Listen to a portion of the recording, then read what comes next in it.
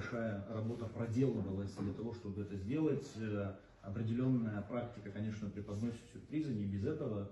И в связи с тем, дабы не привести к определенным коллапсам и трудностям в рамках регистрации, в рамках осуществления сделок, функции, которые были за нотариусами, в связи с тем, что компетенция специфическая, очень сложная, объемная, абсолютно справедливо депутатами парламента было принято решение в этой части вступления в силу закона отложить на более поздний период, что позволит вот в рамках этой буферной зоны, буферного периода подготовить непосредственно кадастровой палате, подготовить непосредственно сотрудников и подготовить непосредственно компетенцию.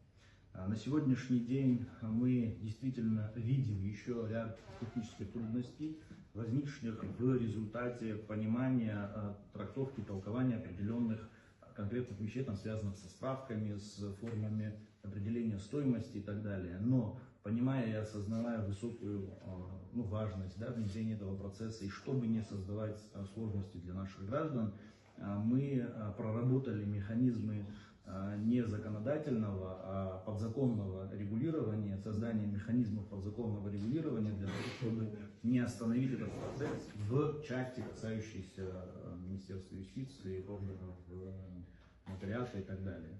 Вот. В этом ключе мы думаем, что в рамках работы правительства наши предложения будут услышаны. Предложения эти уже есть. Но они не приняты еще, да, Андрей Григорьевич? Здесь инициатива кадастровой палаты по своей части, как только будут по их части будут сформулированы предложения, тогда сейчас у меня данные. А что сделать после